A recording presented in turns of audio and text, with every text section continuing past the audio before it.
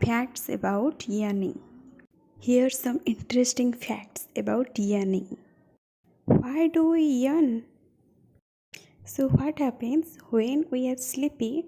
The lungs don't take enough oxygen from the air, and that's why the amount of carbon dioxide that increase in our body.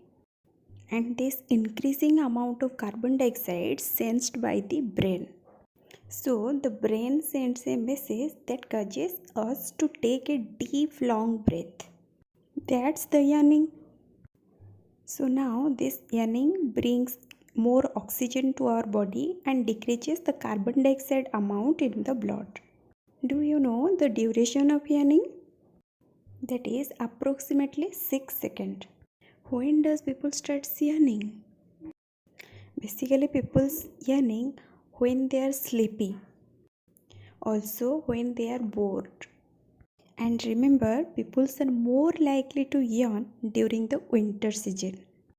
Yawning is totally contagious. That means people zone of yawning, they also starts to yawn.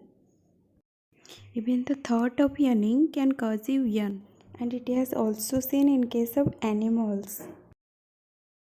How could we stop the yawning? It feels very uncomfortable to yawn at public.